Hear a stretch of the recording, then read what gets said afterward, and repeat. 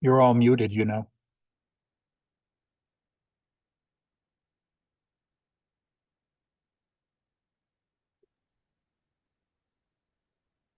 Are we on now? Yes. Okay, perfect. Hold on. Better now? Okay. All right, I will call to order our meeting this evening for planning board.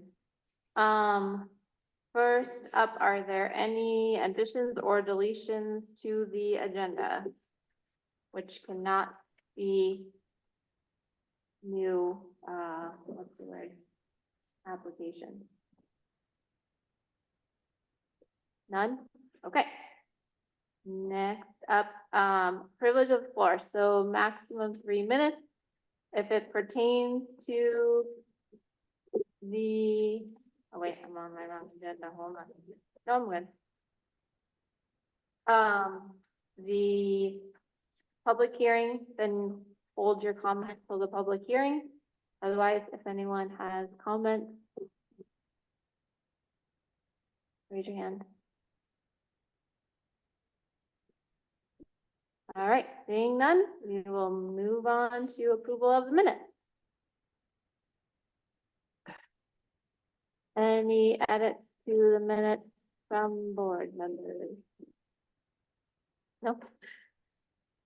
All right, I guess we can do a vote. Well, no, I need somebody to make a motion.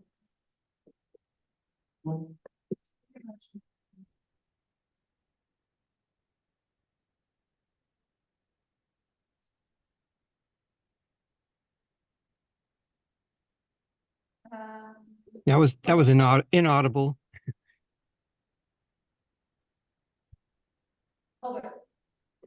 Here, yes. Davis. Yeah. Nucci. Yes. Yes. Sorry. And Meyer. You didn't call me. Oh, thank you. Oh, working yeah, on- oh, sorry. Okay. Okay. Sorry. Cowan.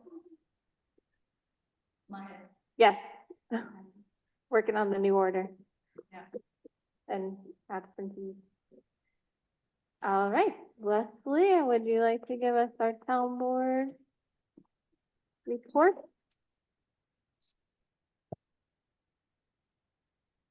Hello. Bring the microphone on.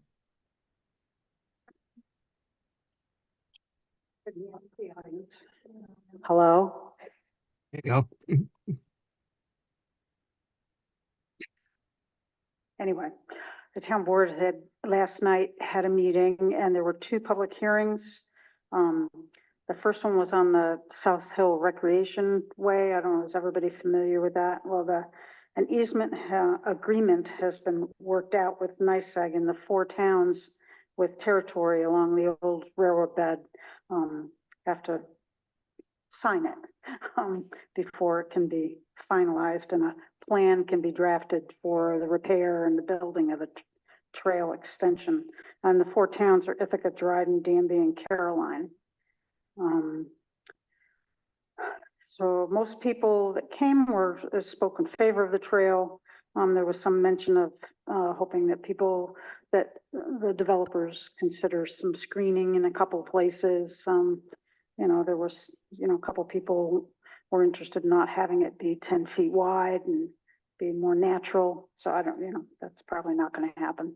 The second public hearing we had was to consider adding to the town zoning an allowance for freestanding signs with restrictions on size and lighting. And most people spoke in favor of it. There was some concern about the lighting in the night sky that was mentioned. The town board plans to address with Greg's expertise a couple of suggested zoning changes related to Hamlet Center and neighborhood zones. And if this is repeating myself from other meetings, it's because we're still working on it. But one of them is changing the road or front setback for buildings, not requiring them to be so close to the road, and to change restrictions on where businesses can be located, not just on corner lots, but also focused along the highway.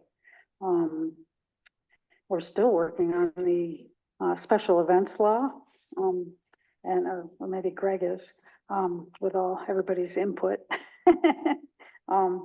And the other one, make sure everybody knows that there's the plant exchange. Has everybody gone to the plant exchange before?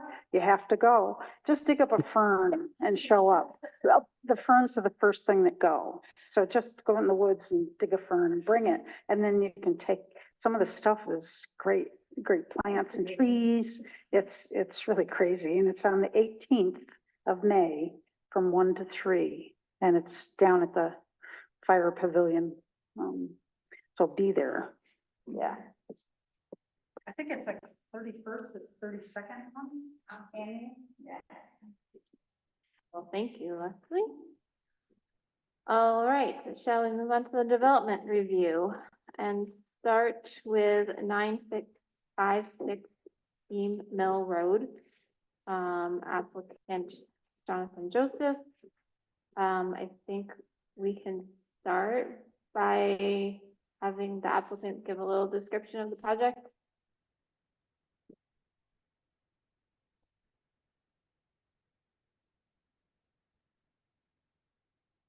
So we're building a small passive solar home at 956 Steam Mill Road, which is a 13 or so acre lot that we've owned since 2004.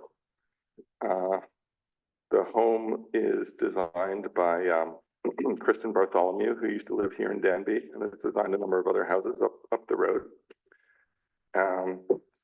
It will be lived in, and the construction can be paid for by my mother-in-law, Judith Clark, who's sitting here and has already moved to the area and hopes to be moving into the new home next year or the end of this year, whenever it is. And she's moved here so she can be close to family and to better medical services than where she lived previously. The lot is mostly wooded along the road, so except for where the driveway is going to go in, you can't really see much of the property. And as I said, it's going to be a small, maybe 15 to 1,700, I don't remember the exact number, square foot. It's going to have a second floor, so 2 stories. And yeah, that's about it. And it's, as I said, designed with eco-friendly stuff in mind. Thank you.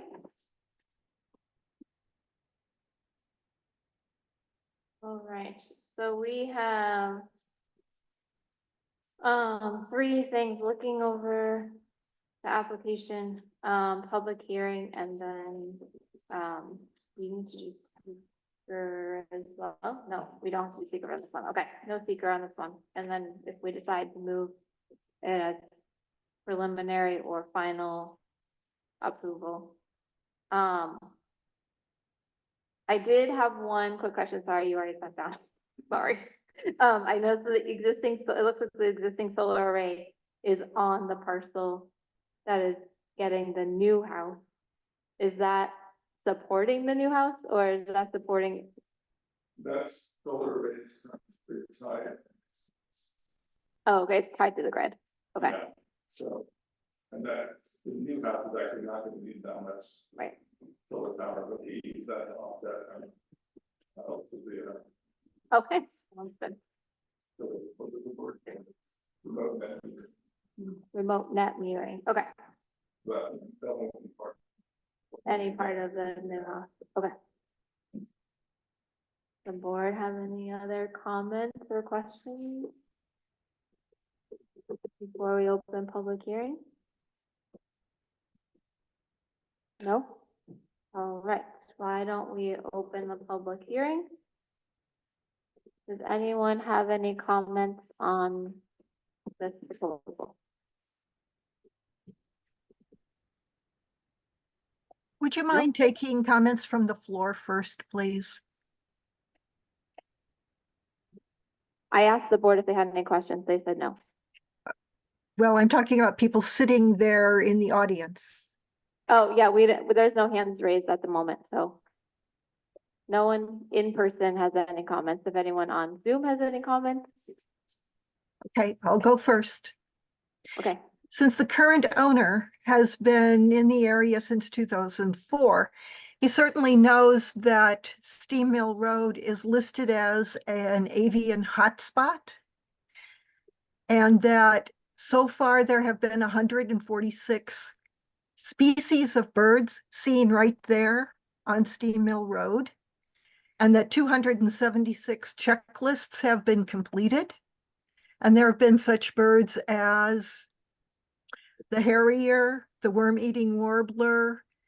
Let me get some really interesting ones here. Even a shrike and some other birds. So here we have someone who wants to plop their house down in the middle of an avian hotspot. And you're sitting there asking them no questions about this or what they're going to do to mitigate the issues brought up with this house. Even the planner hasn't even brought that up. And in my personal view, none of you have done your homework. This is not what the comprehensive plan is all about. It isn't you just plop down a house and you walk away and extirpate all the birds. We're trying to encourage tourism in Danby, and this road brings in tourists.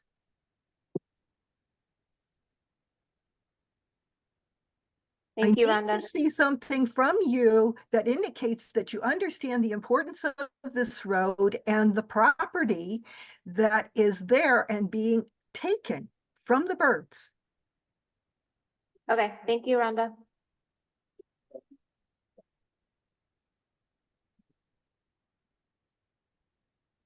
Yes, let me just see if there's any other, and then we can address all of them at once. Are there any other comments or questions? Okay, go ahead. Oh, wait, Ted just put his hand up. Ted, are you there? Yeah, sorry to jump in at the last moment. It's just curiosity, a question for the planner. Does the planning board have any input, any power with respect to the issues that Rhonda raised? I'm just curious.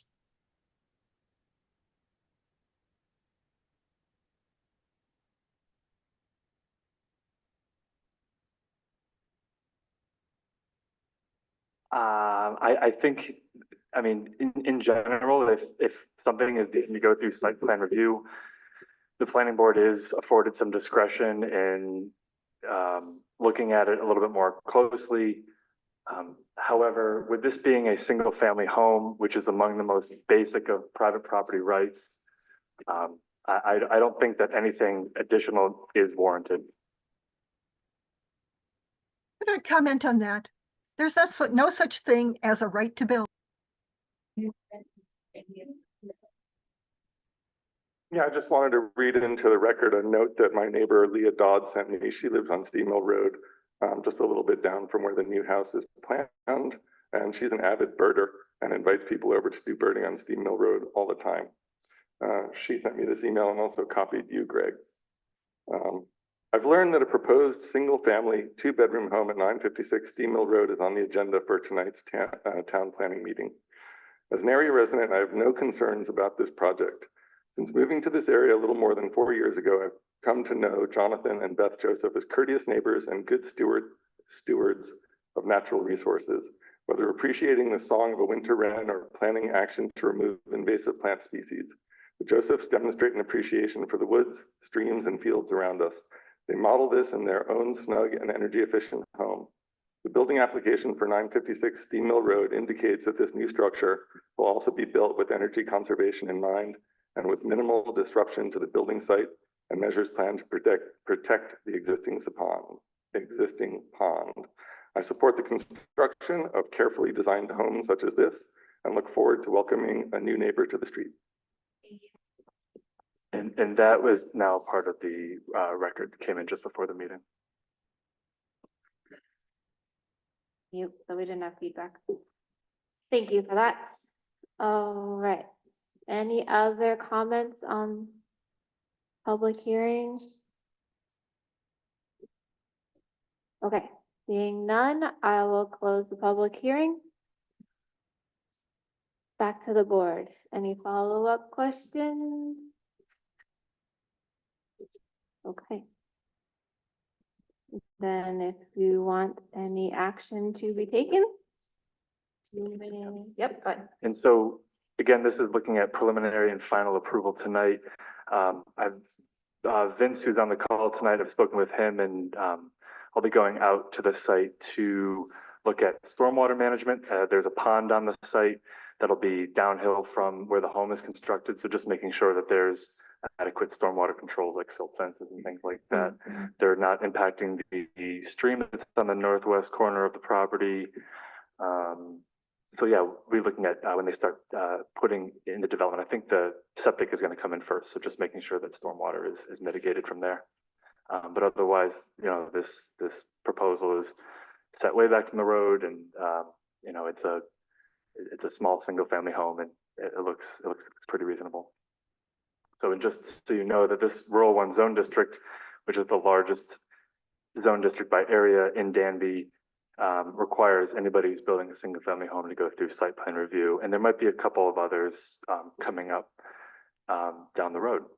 So, you know, typically single family homes would just go through the building official, Steve Courtwright, and then myself to look at it and make sure that construction impacts are mitigated. But this is a specific zone district that requires it to come to the planning board. And so, yes, there is some, as you all know, you've done this before, there is some discretion allowed and some, you know, questions to be asked, conditions to be set on the property if it had something unique about it. I've been out to the site, and you know, it's already a cleared area. It's set back far enough from the pond to not have any adverse impacts on that, especially when stormwater controls are in place. And so it seems like a pretty reasonable and basic single family home development proposal.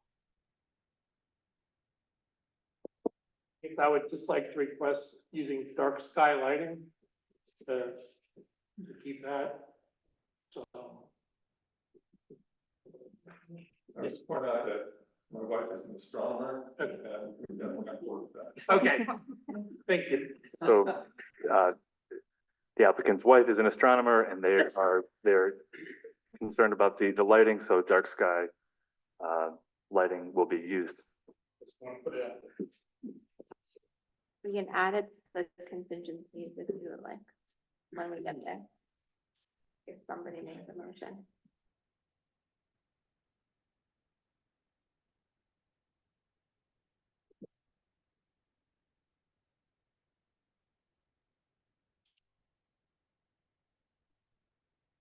Anybody want to make a motion, or shall we pass?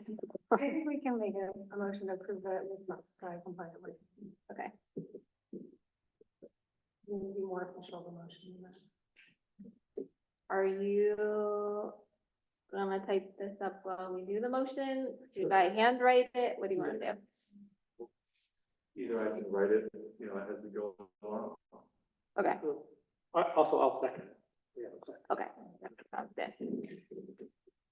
Right, so following the condition. Here, wait, here, you write, Yeah, and I'll keep the order. Since we don't have it started.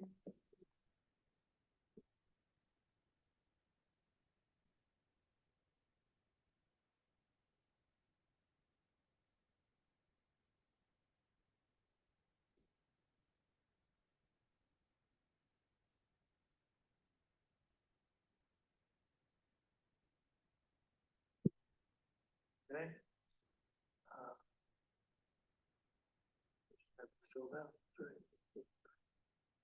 All right, I have an extra one coming in. Just the next one's on the old side of the block. So the conditions are dark sky compliant lighting. Yes.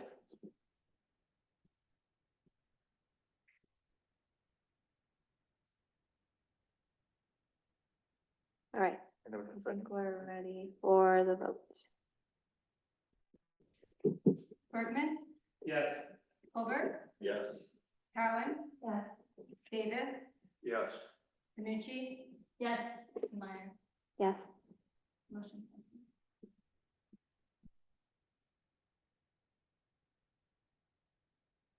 Do we need them to stick around for No, because, sign off? Or anything? no, what we'll do is, actually, if you could just, yeah, if you could just sign this, and then I'll put the approval signature up here. Okay, Yeah, we'll do that. Right. And then, so if you want us to stick around, we can do that. we'll Or send we it, can send it to you. yeah, later. yeah, we'll send it, because then we'll, with the decision document, we'll Okay. send it to the applicant. Okay. Yeah, You're welcome to stay, but you're all set. you're done if you want You're to. All right.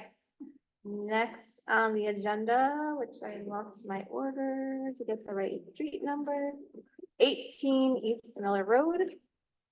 Applicant Joel Lamson, actions for declaring lead agency and final plat review. This is within the hamlet zone for a minor subdivision. Is the applicant present? Yeah. Would you like to come up and give us 5 words about what you're doing? Or if you don't want to, that's fine too. If you want me to go along, it's up to you. I Sure. can also do it, yeah, Either way, okay. all right. So, yeah, I'll just give I'll give a little. So the applicant, Joel and Cindy Lamson, own a property at 18 East Miller. They currently have a duplex there. And they are planning to build another home, a little bit closer to the road. And so that building doesn't impact your review. This zone district allows 1 to 4 units by right. So Steve and I will be looking at that. And we've been working with Joel for the last few months on his designs. So he's looking to subdivide the property almost in 2. So it's a little bit over a 2-acre lot. And to just subdivide it so that each lot is at least 1 acre. He received approval last week from the health department, based on the design of it. And then, again, not to affect it won't impact the planning board's review, but Joel is coming back next week to the Board of Zoning Appeals for a variance to the front maximum setback. So in this zone district, the maximum setback is 20 feet. And initially, Joel had proposed to meet that 20-foot setback, but there was some neighborly meetings and asked that maybe he'd consider moving it back. And so Joel is applied for that, and we'll be going to the Board of Zoning Appeals next week to get it moved back to 40 feet. But again, that shouldn't impact the subdivision process, but that's just a little bit of a background. So there's a couple moving parts here with a development, subdivision, and then a variance application. And so just so you know, this is the subdivision process is a minor subdivision process can be, it has to be a minimum of 2 steps. This is called the final plat review. It makes it sound like it's the potential for a final review, but it doesn't include the public hearing. So Danby's ordinance breaks it out and do it a minimum of 2 steps. So the final plat review is, here's what we intend to have. And then what will happen is if it's at the earliest next month that a public hearing would be scheduled, proper notification would go out. And at that time, seeker can be completed. So this is an unlisted action. I've asked the board to declare lead agency tonight. I didn't prepare a resolution for that. You all can just go ahead with just making a motion and declaring lead agency. We can look over the short environmental assessment form. Have any questions on that? For the applicant to make any changes to that. And then the determination of environmental significance can happen at the next meeting, just before the public hearing. Any questions on that process? So just real quick, and I don't know if it matters or not, and I don't think it would affect my voting, but when we first moved up from Owego, we lived in the house that's currently there, the duplex, part of the duplex, so. I don't see it as a conflict of interest, but I don't know if the board does or anything like that. I can abstain from voting. we can. It shouldn't be, it's good that you brought that up, even just to have it on the record, but there's no ethical conflict, that I see with that. Even if you were very good friends with the owner, that doesn't even mean there's a material conflict or an ethical conflict. Just if you've had sort of influence on the, on his, yeah. Okay, very good. Okay, do we wanna have commentary on the project first, and then if we want to, and then we can move to declare lead agency? Are there any questions so far on just the plat or any of that? No? Did you have something, Jamie? Don't forget your mic. Sorry. The boxes that are dashed, is that the Litchfield location proposed or? Behind the house. Yeah, I'm having a trouble, what's going on with my PDFs, like, no, and I'm kind of locked. Let's see.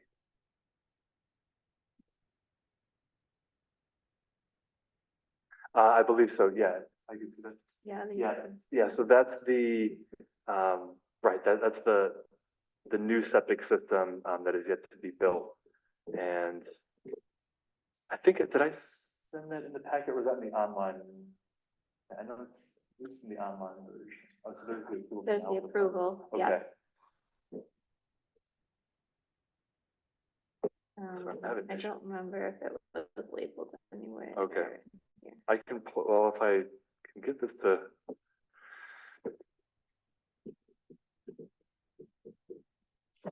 If I can do like a hard reboot of my PDFs, I can't pull anything up.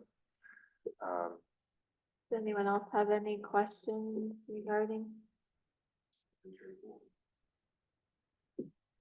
I think I didn't know, maybe, and I might have just been mixing up between different ones. If it said if you were planning on selling the other parcel, just in terms of like the shared driveway situation, if I know on some other projects we've asked or not asked for, but recommended like some kind of agreement with the other property owner so that if there is a time when there's disagreement between the properties, that there's something in place regarding shared driveway. So I think that would be my only comment. I don't know if anyone else has any comment regarding that. Yeah, because I was wondering if they put in a second driveway, would you have to involve the Department of Transportation, right? Or curb cut, or because it's on the main road, or does that not matter? Have you talked with do you want to just come up here and maybe grab It's not, it's on, yeah, it's not on 96, it's on East Miller. people on Zoom can't hear unless. So. Okay. Talking about the driveways? Yeah, So this was just a quick thing from TG Miller to show where the lots would be subdivided and how it would fit into the lot. Each lot would have its own driveway. So the existing lot would come way over to the far corner, okay, which I've talked to the neighbors about and kind of move it as far as I can and keeping all the pine trees to block the house there. And then the new place would come right up to the garage on the far other side of it. So they'd each have their own separate driveway. okay, all right, thank you. Make sure to talk into the mic. Are you gonna drill another well, or are you gonna both go off of that well?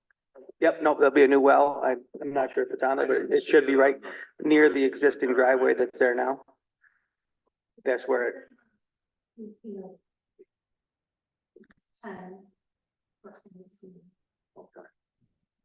on that existing driveway, it's right next to the existing one.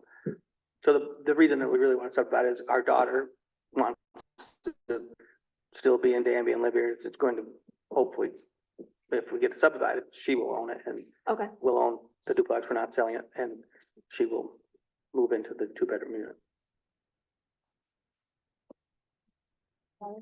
Yeah. Okay. I had to do a hard stop. I don't know if we're at this point, but the only things I would think is just the security mentioned consideration of existing trees, leaving those for the neighbors. Right. screening, And then the dark side component. And actually with the so any new construction in the hamlet zone districts has a little bit extra requirements such as street trees. So I've already been talking with Joel about how many street trees he has to add, or they're called front yard trees. And if he's removing any trees that have it's one per every 30 feet. And then if he's removing any tree that's over 8 inches at diameter at breast height, he has to replace it with 2 trees to anywhere on his lot. So I'll be working with him on a planting plan as well, but that's just for the building permit application as he goes through. So yeah, there will be some extra trees out there. Yeah, I know we're not really reviewing the building, so it makes it a little different.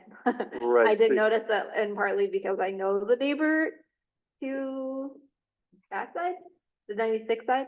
But I noticed like many of the places in my neighborhood, a lot of the trees have died in the last couple of years, and so I didn't know if there was any intention for clearing those trees or replacing those trees, but that's outside the purview of, You can still ask.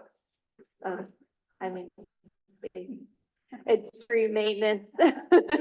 Well, actually Joel does tree work around town, but Right. just I was just saying that a lot of the trees toward the 96 side, I noticed have died off, as many of the ones in Danby area have. And I know we're not really reviewing the house, the new house, but more the subdivision, but just consideration for maybe if you are being asked to replace trees and add new trees, that maybe some of it goes along that lot line just for privacy of neighbors. So I know it's quite a distance to their house because they're right on 96. Yeah, no, we're definitely taking that into consideration, and we want the new place to be separated as much as we can from the existing place. Yeah. For our daughter to have some privacy and. Yep. So yeah, we're definitely thinking about that. Shall we, does anyone want to declare a lead agency so we can review the seeker in case we have any questions or comments? Yeah, so we vote, I mean, I say we become lead agency on proposed. I'll second that.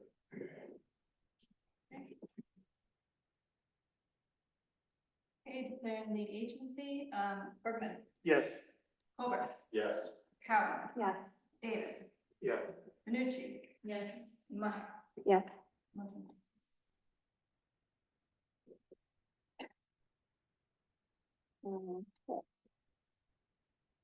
So we have the short form.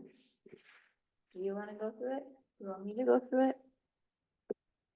you want to go through it? Sure. Okay. So That's just possible for me. we can just go through the short environmental assessment form. It's always nice to go through these things line by line, just to be sure that the board does take a hard look at it. That's what really is a main tenet of seeker, is just so the lead agency takes a hard look, takes a careful consideration. So just moving on down, the short environmental assessment form, starting with question 1. No, it does not. This is not an action that's the adoption of a plan or local law or ordinance. 2, does the proposed action require permit approval or funding from another government agency? If you put no, it would actually, we would change that to yes, just for the Tompkins County Whole Health Department for the septic. Didn't say they want to BZA also. Well, for the subdivision, oh, so I guess actually this is just for the subdivision. So, right. Oh, so but we that's can for keep the it no. house. Yeah. Yeah, okay. Yeah, so actually you can keep it no, he was right, okay. Total acreage be physically disturbed. Listed on here.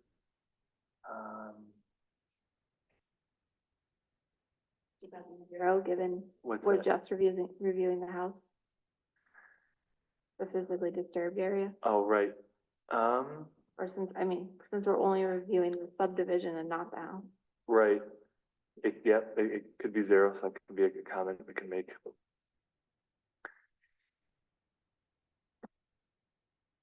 Actually, if you have a paper copy, I want to just make that, and I'll look at your field notes. So 5, or sorry, yep, 5, check all land uses, so residential. Is the proposed action a permitted use under the zoning regulations? Yes. There's no minimum lot size, so it does meet the zoning regulations. Is it consistent with the comprehensive plan? Yes. Encouraging development in the hamlet. Is the proposed action consistent with the predominant character of the existing built or natural landscape? Yes. This is one of the state database freebies that he gets, so it doesn't, it's not located in, or the site doesn't adjoin a state listed critical environmental area. The proposed action result in substantial increase in traffic above present levels.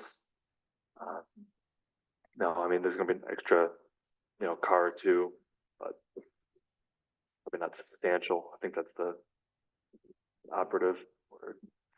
Are public transportation services available at or near this site proposed action? Are they? Yeah, Danby Road. Less traffic, yeah. Yeah. Is there, I don't know if there's a stop at the end Where of you each stand nowhere. outside of the road. They'll just pick you up, Yeah. that's true, yeah.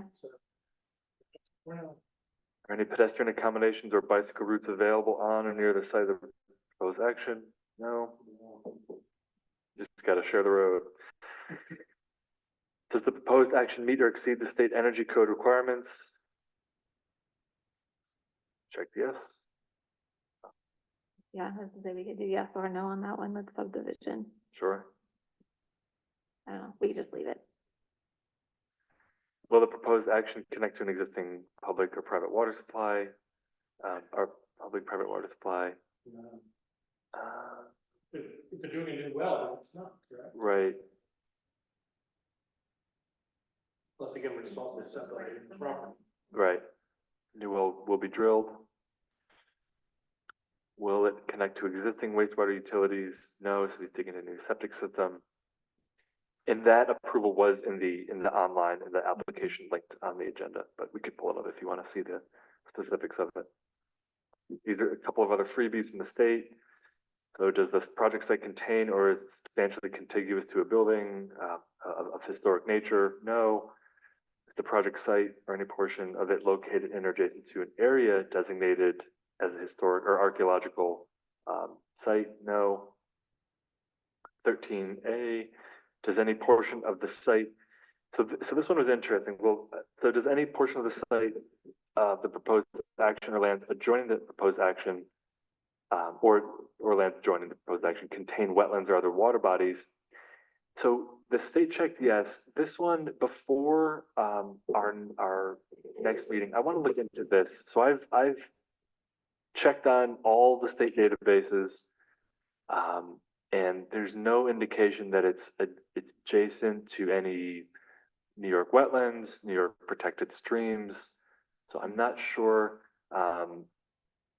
I'll be putting a call into the DEC just to verify and just put in writing of what it is, just so the planning board can take a look at that. But yeah, that one was sort of caught my eye. So would the proposed action physically alter or encroach into, any questions on that? I don't, if there's any. You know what you wanna know there then? Right, The state goes up to the camp. This portion of but then how would you answer if we have- Contain wetland. Yeah, so that's why I'm going to, it was something that came from the state database where they just say, to yes or no. But I'll have to follow up with the DEC about that and just ask if they could take a closer look at this property about that. And just have them weigh in about the subdivision. So no, it would not encroach into a wetland or water body there. Identify the typical habitat types that occur on or likely to be found on the project site. So suburban, probably pretty accurate, although the lots there are around the area pretty small. Feels like a little neighborhood on that side of the road, or that kind of end of Miller. Does the site of the proposed action, I'm on 15 here, does the site of the proposed action contain any species of animal or associated habitats listed by the state or federal government as threatened or endangered? No. Is the project site located in the 100-year floodplain? No. Will the proposed action create stormwater discharge either from point or non-point sources? He's checked no for those. So again, for this one, for the home, this is for the subdivision, the answer is no. For the home, I'll also be looking at basic stormwater controls. There is a ditch adjacent to the property that does flow into Buttermilk Creek, so just making sure that there's no turbidity, emptying into that waterway.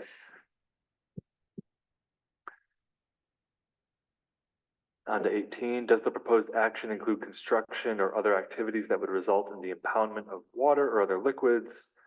No.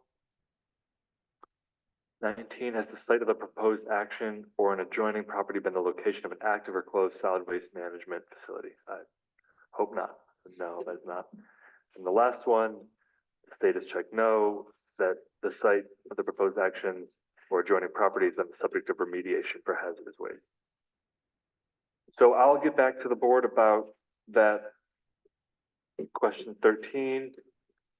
And hopefully we'll have a response by the DEC by then, if they can just weigh in and then ask them to comment about the subdivision and even just say that, home's gonna be there and just what are your thoughts on that? But again, if the property owner was just going through just building a home, there wouldn't be this environmental review. It's just because the subdivision comes in. Not that we can't take a hard look at the environmental review, but it's in terms of the state requirements, it's just through the subdivision process, not through the actual development.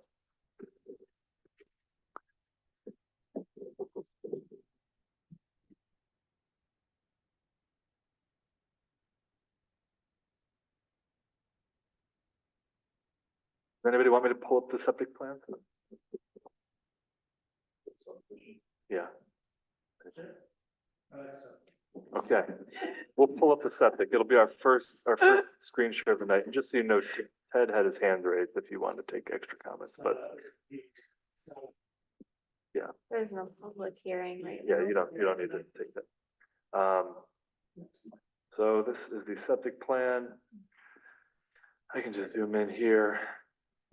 Yeah, so that was the dotted line on the plat is the new area.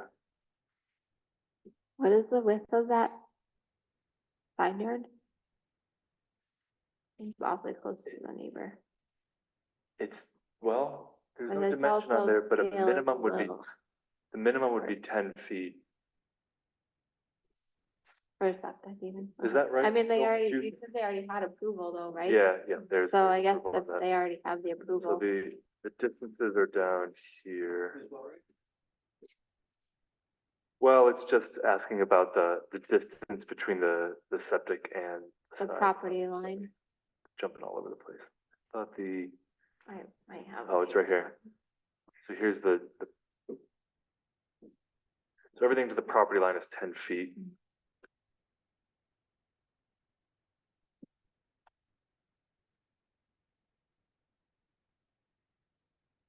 That has to be at least 10 feet. I'm sorry? So that's at least 10 feet. Right.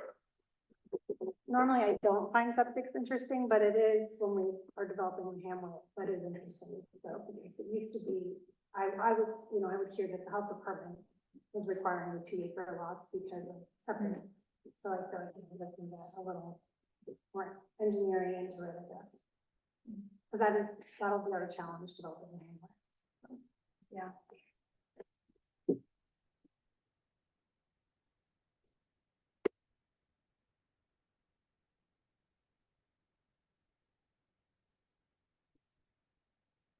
So,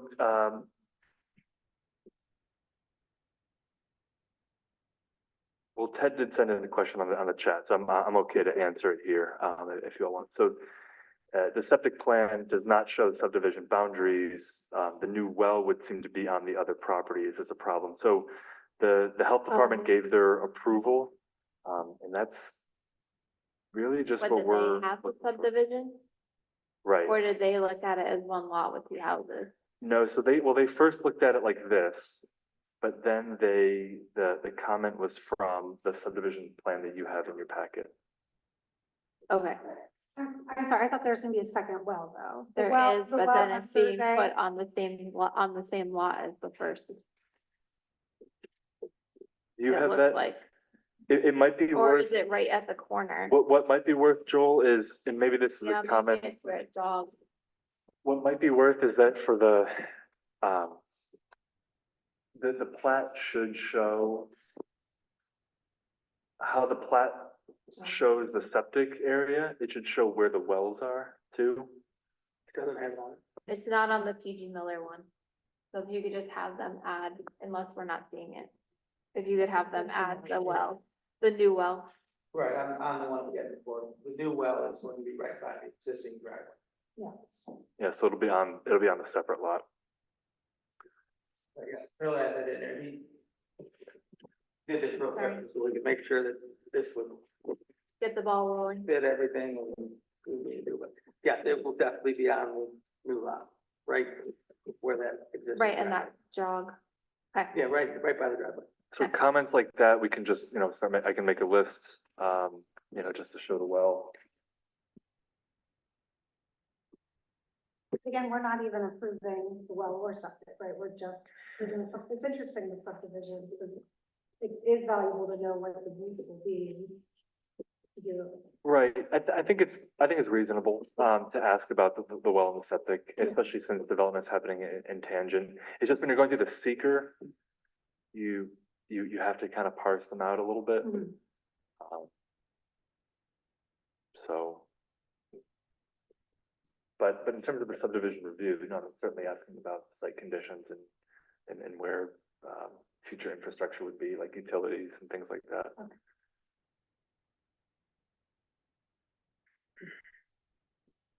Anything else on this one? Maybe like showing the new driveways. Yeah, I think updating this with the new driveways and the new well. And maybe showing the existing septic field. I don't know, do people care where the existing one is? Yeah, I know it's in the back. Somewhere in the back, okay. There's no one else. There's one. Like if the house It's is- supporting the Yeah. existing house and it's separated from the new, so.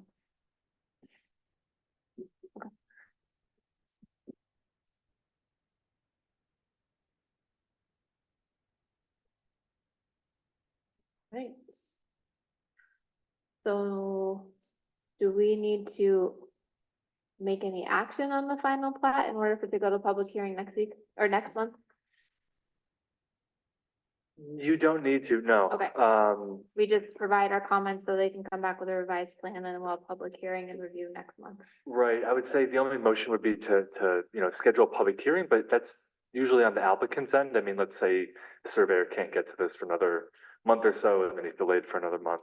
I think they're working pretty closely together, so we'll probably see it for next month's meeting, and then the public hearing will be scheduled, with that. And the board would go through seeker, and I'll get that question answered from DEC, hopefully, in time. But no other action needs to be taken. Okay. It was just a review. So if there's anything else that you can see that would be helpful to have as part of this subdivision plat, besides the well locations and the driveway shown, now is the time to put those in.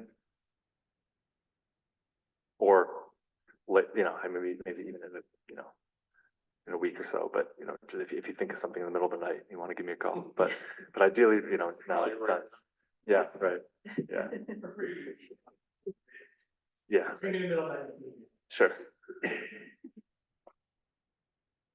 And it's not directly affecting us, it sounds like, because it's about the house, but do we anticipate BZA will see it before our next meeting? Yeah, so the Board of Zoning Appeals is hearing this case next week. Okay. And there's a lot of neighborhood support for it, so I don't anticipate any issue with it. Most of the houses in that little end of Miller are set back 30 to 170 feet from the road. So he's asking for 40 feet, relief from 20 feet. Seems fairly, reasonable, but let's see what the board says. Right, yeah, so when Joel first came in, he wanted it set back 60 or so feet back, and I said, you gotta meet the 20-foot maximum, and asked about a variance then, and I said, oh, that might, it just would add on the process, and, but he was all ready to go, and then there was some neighborhood chatter and some meetings, so so Joel was willing to apply for the variance and, go to there, go from there. Good. All right, if nothing further, then we can Yep. move on to the planner report. Right. So you all are all set. I'll send you those comments in writing and then just when you have the updated plan, but I'll send you like directions in an email of what you gotta do now, and then we'll just plan to have you all back next month for the hearing. Thank you. Okay, yep. Thank you. All right, so the planning report, this is a little, just a kind of a follow-up on my report to the town board last night, so I've got some notes already prepared here. So as I said, the Board of Zoning Appeals is next week. We just have one case for that, Lamson. There was a parks grant last year that funded boardwalk construction in the park across the street. It's a pretty wet area. If you've taken a walk right there, hopefully everyone has. It's a beautiful park. So there's a boardwalk being constructed by that man right there. And we are wrapping that grant up. And then there's a new round of funding. And last night, the town board requested that I submit another application to ask for the $5,000, which is the max, to go towards the purchase of the easement on the South Hill Recreation Trail. So as Leslie was saying during her report, towns of Danby, Caroline, Dryden, and town of Ithaca are purchasing an easement for almost 8 miles of nice eggs right of way on the old railroad bed. And so there's a fee of that. I think town of Danby's is right around $8,000. So we're going to apply for $5,000 to get reimbursed back to the town. And it's an eligible project, so I'm hoping that it'll be successful. That application is due at the end of this month. Special event law is being worked on right now, just looking at large events, not like graduations or weddings or typical routine church functions or American Legion functions, but just those really large, maybe festival events that may or may not ever happen, but just, in case something like that happens, it comes out of the permit you'd have to get to have those events. It's not a way to stop the events, but just a little more of scrutiny around those types of larger events. Yeah, first, it's trying to. Make sure to talk to the mic. Yeah, a number of years ago, somebody tried to do it on the lot across the street from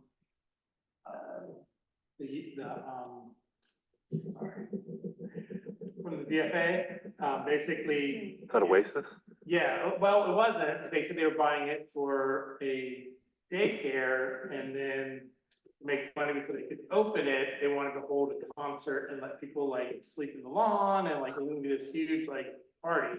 And they got found out, and they're like, no, you don't have a permit. You can't do live music all night. It's not inhabitable. So That mic is not turned on. I can't see the light. It is on. So anyway, yeah, so that was kind of humorous. So that was the last time somebody really tried to throw on a big festival. But they didn't even want a permit, so that kind of. Well, there was actually a festival last year down on South Danby Road, and that's some of what triggered this special event law, just to, make it okay, for people like that want to have them, but they have to go through a process of, it's like grassroots. I mean, grassroots has to go through a major permitting process. So we're mirroring some of Ulysses' special event law. Some zoning amendments related to signage here in the Hamlet districts, allowing small freestanding signs for businesses. As you know, the market across the street will be opening up soon, and maybe a coffee shop further down the road, and there's no freestanding signs allowed. So we're working on those amendments. They were going to be approved last night, but the county hasn't responded, so the town has to wait until the county formally responds. I think the county's comments are about providing more definitions, so I'll be working on some definitions of these signs. So if you have any questions about signage? No, but when it gets approved, could you just like email it around so we have sure. it Yeah. readily available? And also on that, so that's the Hamlet districts, but then also townwide prohibiting electronic message centers. So those are like the signs out front, of the fire station, right? So they would be grandfathered in. Um, but, so prohibiting those types of signs. I have something, sorry. You said earlier about dark sky and people concerned about like Right. light at night. I mean, a number of areas around here, I know from putting up buildings that they have hour limitations, so I don't know if that's been incorporated yet, but is a helpful way to make sure it gets dealt with, is that there's limitations for what time they have to be shut off every night. That is in the law right now, or in the proposed amendments. So we're adding in sign illumination standards for town-wide, so that all lights would have to be dark sky compliant. A comment last night was to make sure that internally lit signs are also dark sky compliant, so I'll be adding that. I was just focusing on externally lit signs, like downcast lighting. No floodlights, just only allowing really downcast.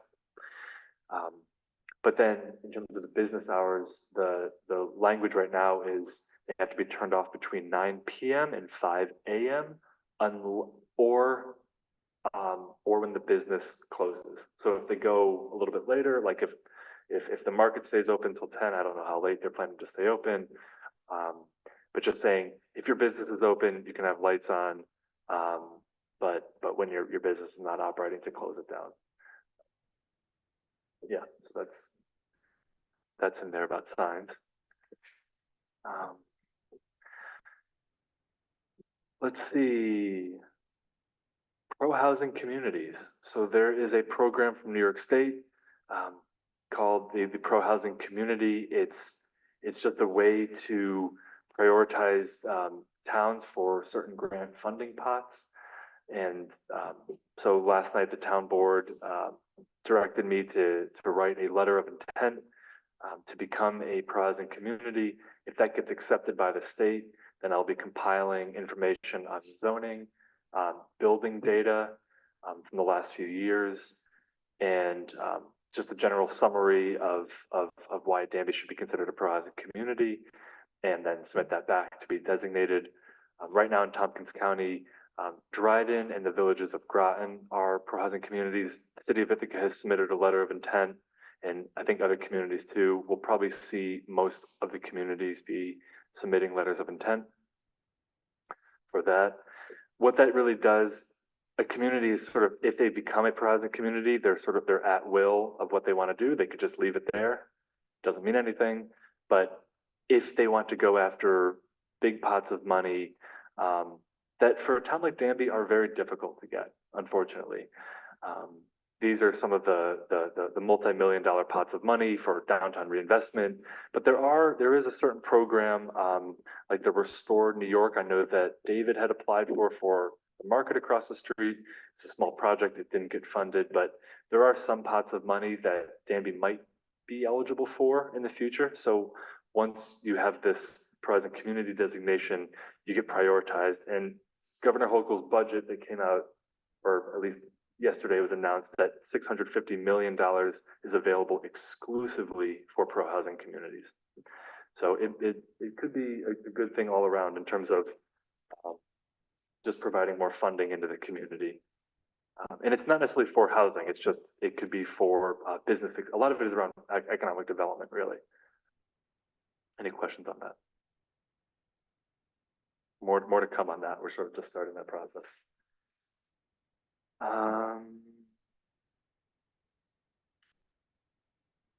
That's it. Last week I got a 4-hour erosion and sediment control training by the DEC. So now I'm officially trained in that, which feels great. And let's see, some other grants coming up. There's a housing grant from the county. Up to $10,000 can be awarded to help support housing affordability. David had applied and was awarded $10,000 last year to then hire a consultant to then apply for another grant, which is what got the multifamily housing grant. So it's getting a grant to apply to a grant. It's all these chains, but the town board directed me last night to apply for that pot of money. So I'll be applying for a few grants coming up. Just because the town has these 2 open CDBG pots of money, and the idea is let's just keep that momentum going. because it is a great benefit. The homeowner rehab program that was $500,000 all the money's been expended. And so that was just a great success. There's already people on the wait list for that, so we know that there's a demand for more homeowner rehab. And there's certainly a lot of the population that could really stand to benefit from it. And then the multifamily housing grant is a much smaller pot. It'll probably only help a couple property owners out, but it's for low income tenants, not property owners, but that's for 2 to 4 unit buildings. So likely Olivia Vent will apply. I think she has a couple properties down here. So we'll see that get underway. That contract just got signed with Toma Development Consultants, so they'll be managing that contract.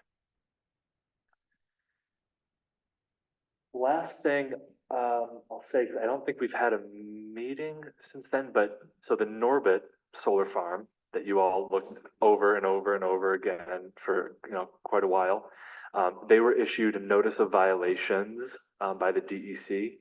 I'd be happy to share that report if you'd like. So I've done a number of inspections out there by myself and also with soil and water. We noticed that they weren't keeping up with their sediment and erosion control. And they had the developer had a number of people got laid off or fired, or there's a lot of change of hands. So it seemed that the left hand didn't know what the right hand was doing. So we caught it back in February. I brought the DEC out there and they issued an unsatisfactory report to the developer, to Norbit, and they've since cleaned it up, from what I can tell. They were on it because they might be subject to fines. We'll actually hear if they do end up getting fined, which is pretty rare, but wanted to update you all that I think the lesson here is that a town can go through all this review, and I mean, you all went through, from what I can tell from the case files, just a headache of seeker and just lots of public comment and just lots of review, and you can do all this stuff. But at the end of the day, when the developer hires contractors and they just go out there and just start ripping up a site and they don't even look at the plans, it's really hard. You want to connect those sort of processes together of here's what was approved and agreed upon, and now you need to do it this way. And because they had change of staff, there was a disconnect in what was going on. And with all the rain this winter, things didn't really freeze up like they did. So things just got extra mucky out there. And so some streams were impacted. But from the looks of it in the latest inspection, that they've cleaned everything up and everything is running clearly. Make sure to talk to the mic. With the Norbert thing. Make sure to talk to the mic. And with the Norbert project, it's not relevant to the planning board, but since Leslie's here, I wanted to mention it. When they were, when we were first okaying it, the bond that they were required to have, I thought at the time was not going to be enough. It was like 2%. And since that time, we've had tons of inflation. If it's possible for the board to look at that, I think they really should, because we could very, very easily find ourselves in a situation where the solar farm lived out its life, they bail, they get bought out by somebody that, whatever, and the town's gonna get stuck. I think the chances of that are pretty decent that will happen, given the parameters, the financial parameters of that bond that they started out before inflation.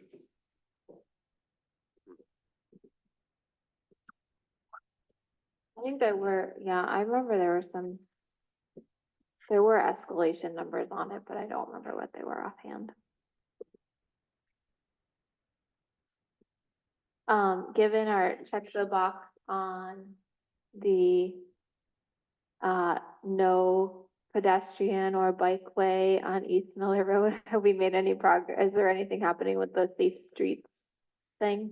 Yeah, so yeah. Whatever that was, I forget exactly what it's called. But. Right, so there's the Safe Streets for All initiative. It's countywide. It includes almost every municipality except for Enfield and one other town for some reason. But it's a long process. It'll probably go through either 2025 or 2026. But the goal is to just identify, just impacts of roads, just safety concerns on roads. So far, what the consultant is doing, and I could pull up, there's a number of consultants on board, but they're looking at just hotspots around the area. So Joel and I met with the consultant a couple of weeks ago. Oh yeah, it was right after the last planning board meeting, because I think some members commented on certain areas of concern. So we met with the consultant, and then they flagged those areas, and then they'll compile everything.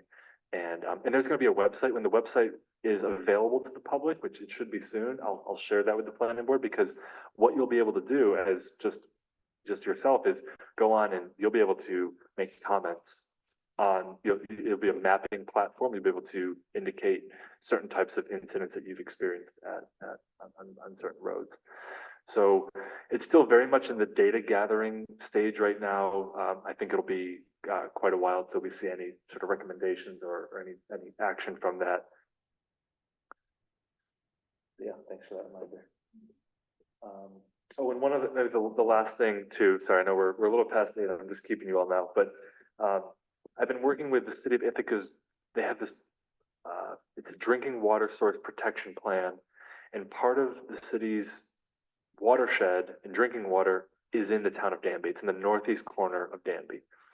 So we're looking at specifically what would happen if there were more large-scale solar developments in that area, how that would change the land use pattern, and specifically water quality from that land use, and like how Norbit has impacted a little bit of water in those instances. And they might suggest or recommend formally or just through the town board to expand the aquifer overlay zone district to include that portion of town. So there could be some extra protections for certain types of development. So as you know, Danby's got that aquifer overlay that goes in just certain areas of town over certain aquifers and wellhead protection areas like in West Danby. But the law could be amended to include a watershed of a important drinking water. So that's the last update I've got. Skate park update? Oh, right. So the skate park. Yeah, no, so we're not going for the grant for that. Yet, because the only real location that seemed like it would work was behind town hall, and I don't think there was, I don't know if it would have really been great there. No, so maybe in the future. Side note though, because I also work in the town of Enfield, we are helping him get set up in Enfield, but that's not in town of Danby. Sorry. Yeah. You wanted a skate park, didn't you? I don't have to drive my son down town every day. Yeah. Well, he's going to be, I mean, he wants to make this a thing for every town. So I think it might be something where we could look at for, I think we should continue the conversation with him. We were trying to fast track it because there's these grants available right now and trying to, but really his proposal was under $2,000 to build a concrete ramp. So, if we can, find that money somewhere too, I mean, we don't have to just wait for a certain grant cycle. But it's location right now. And Anything else? You also attended the legislative function. I saw Joel. yes. Yes, so there was a board of realtors luncheon on Friday. It was more of like a housing summit. It was not just realtors, but town officials. There were legislators there. Senator Leo Webb was there, all congregating around. And when those slides become available, I can send them out to the planning board. Okay, that'd be great. It was a very good presentation, just essentially affirming that we are in a housing crisis here in Tompkins County in terms of just we need more housing, owned housing for especially middle income. There's a lot of money that goes into towards low income, and then in the high end of the people that have a lot of money can build homes, but there's this missing middle that we don't have. So it was trying to just put our heads together. And I think when we see the notes from that, because I think there's going to be some summary, I can't spit them out right now, but it'd be good to pass along. there were some strategies, and some of them were focused at zoning. I mean, there was just pointed questions about how can we work on our zoning to essentially add density into towns. And of course, that word is very sensitive, especially when most of the towns around Ithaca are trying to also protect their natural resources. So, you know, Danby, I think, is doing a good job in terms of really trying to focus development in the hamlet, and then protect its natural resources. My colleagues will highly disagree. Not to say I disagree, but I get so much like, oh, you're paying Danby, all the zoning is so restrictive. You know, it is the more restrictive around the thing for, you know, requirements. So that just, again, it's a very niche sector of people who work in real estate that is, of course, feel that the zoning. Well, the problem with the hamlet is that you have to get individual property owners to want to subdivide. So it's good to start seeing some, but then again, the septics will always be interesting to look at and how they squeeze everything in. So sorry, it's not personal. Yeah, no, Danby, well, I'm trying to be optimistic. I represent the town, but I always say, I'm like, but the hamlet. So I do town know that, you know. And I mean, I have bears in my backyard. I want to keep them there, you know, keep their habitat, so. Danby does have the most restrictive zoning of all the municipalities in Tompkins County. I mean, even the case you just saw tonight, having a homeowner go through site plan review, you know, for a single family home just is very uncommon. So. On the other hand, it's really easy in the hamlets, but we had good table conversation. It was indeed a very nice gathering that the realtors put on. And ours focused on the density being a critical part of enabling, more economical development and being the way to minimize the sprawl, which you otherwise get. So our planning, I think, is well positioned to facilitate the kind of clustering that we need, but we need to address the shared wastewater issue in order to help make it happen. So where the state policy encourages development in places where the infrastructure is already in place, it doesn't support municipalities like Danby that don't have the infrastructure to put it in place so that would enable a dense hamlet density, which is what we need if we're going to have a less expensive development. Because the kind of developments that we've had in the past, Fieldstone Circle, the Old Town Village, the Beardsley Lane, those are very expensive for a developer to do because of the size of the lots. The roads, every lot having water and septic requires lots at a minimum in the realty subdivision ends up being at least an acre and a half. In just connecting those roads, it becomes the lots are so expensive that the resulting housing is not inexpensive, or even moderately priced. So that way does not address the impediments.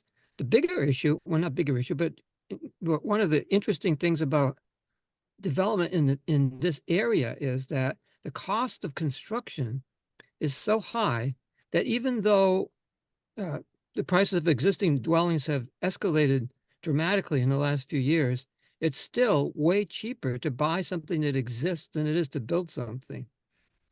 So, who's building? The single family housing is almost exclusively either subsidized.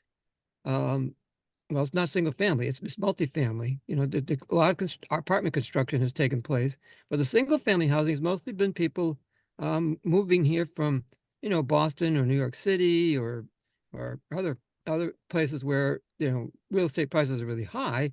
They can afford to come to a place like Danby, buy, in our case, a 10-acre lot, and put up their $500,000 or more house, and then have their dream home in the country, but without any real prospect of recovering the money if they had to turn around and sell it. So there are people willing to do that, but no developer is ever going to build houses when it costs them more to build than you can sell them for. It is, just that, it is education piece. I think that when people say blanket statements, oh, you're just zoning, so whatever, it's nuance. It's, outside of on the meetings, it is, there's nuance. And like, Could you talk into your mic a little better? Because we're having trouble hearing you. and when, I remember when David would put the commons on top of our hamlet, and it wasn't even as big, you could fit a lot in if you had the infrastructure. So. It's bleak. The housing conversation is very bleak. Just my last comment on that, building it doesn't necessarily have to be more expensive than buying. For places like White Hawk, actually building is cheaper than buying land and building the same thing, because at White Hawk you have shared septic, shared water, you have a driveway, you have electricity. So you're saving about $40,000 to $50,000 in construction costs. So a model like White Hawk is actually typically cheaper for people to build and own a home. You're in a situation where you're sharing land, which is not everyone's cup of tea, but that is a model that is more affordable if you want to build. And you can build small square footage too. Smaller Right. than, even if you bought, a already constructed house that would tend to have more. So your comment about blanket statements applies to that also. It's not always cheaper to buy something that's expand. No, it's true. In fact, I was reviewing, Brian Crandall does these reviews of what's going on in the county, which is excellent as a way of sort of keeping track of what kind of construction is happening. There are examples of houses being built. Bruno Schickel has built Right. tiny homes, and his tiny homes are not cheap to rent, but they are rentable, and he hasn't had any trouble. He's on his third or fourth development now, besides the Boyceville cottages. But by keeping the square footage down, even if you have a high construction cost, you can keep the resulting house is still, within reach for people of moderate means, at least. So would a project like that be permitted? It would only be permitted in the hamlet though, right? Right, Unless it goes a cluster. unless they did a planned development zone, which is what White Hawk is. Yeah, or right, or cluster development, what Joel just said. So you can, one flexibility, or no, not one, but Danby does allow clustering of development rights. It's not even just clustering subdivision. So I've spoken to a number of property owners that have over 100 acres, and they've talked about subdividing it, and the 10-acre lot sort of makes them shake a little bit about trying to market 10-acre lots, but there is a provision, and actually the planning board can require it if they want, to say you can have smaller lots, you can have but then there's got to be this balance where this one large lot, and essentially it could be like a conservation area, so that it all comes out to be 10-acre as an average. Well, and developers all day long will do planned use development. I mean, they go into projects a lot of times assuming that's where they're headed, because they want to do what they want to do to make their profit. I think the problem here is the density with the water supply is what would be preventative. Right. Greg, are there any programs that help new homeowners or prospective new homeowners who want to build? Yeah. Anything like that? Yeah, there are, but typically, because I'll be honest, my wife and I have looked into them just to see if we can, just apply to that. We certainly meet the income requirements. The problem is typically funding agencies, because some people have done this at White Hawk, they've gotten a $40,000 grant from the county, but typically the county wants to fund many homes as a project rather than just one-off homes. So unless you go into a development where somebody's developing 5, 10, 30 homes, it's really difficult to get one but it could, it's more likely than with a little development. But That would Yeah. be- The lot that would be- itself will eat the whole grant. Just buying the lot, if you're not in the already, if you're not doing like, Yeah. White Hawk, but it's a lot's now, 60, Yeah. that's lots. It'd be really nice if we could do something to encourage that and, I think it's hard. as we said before, have these young couples getting started owning instead of just paying rent out. It's a real crisis. Yeah. I- Yeah, well, What is do you have a sense of the home value for the middle income range that, Like the average sales price or yeah. I think Colleen has a better idea, Well, but I just know yeah. that, I mean, from 2019, the average sales price in Tompkins County was $250, now it's closer to $380 with all of Tompkins. Yeah, so we're way, yeah. yeah, if the schools will be the higher end of that. And then anything under, so basically anything under 350, you're doing a bit of work too, to like, those aren't gonna have fancy counters. have lots gone up Yeah, accordingly. yeah, the average sales price for lots now are closer to 100,000, but that's skewed with the larger acreage lots, so that kind of throws it off. So, yeah, it's tough. I mean, when my clients want to build, I tell them you probably need 700,000. Like, it really is, it's A lot of. just start to finish. It's like, it really is tough. So I just, so it's tough for us, because I do hear it sometimes I just don't think there should be an obstacle to that, but I see a lot of things, like the setback, we're addressing and things like that to just not be another obstacle. Just the people trying to live somewhere. Yay. Yeah, sorry. No, but I'll share that, but when that presentation comes out in the notes, it was great. And it looked at tax, all your assessments. I'm sure you have questions about your assessments too. There were those questions answered and taxes. So the presentation was really comprehensive. When that comes out, I'd love to share it with you all. Look. I can't imagine how many appeals the county is looking at on Yeah. assessments right Well, they now. said, so Jay Franklin met with my brokerage and they spend 4 minutes per house. If I do the price, like if I'm coming up with a property value, I'll send it out.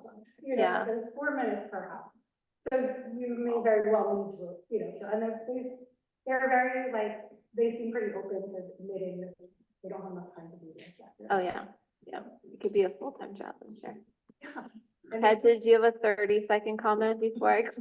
It's not a whole can of worms.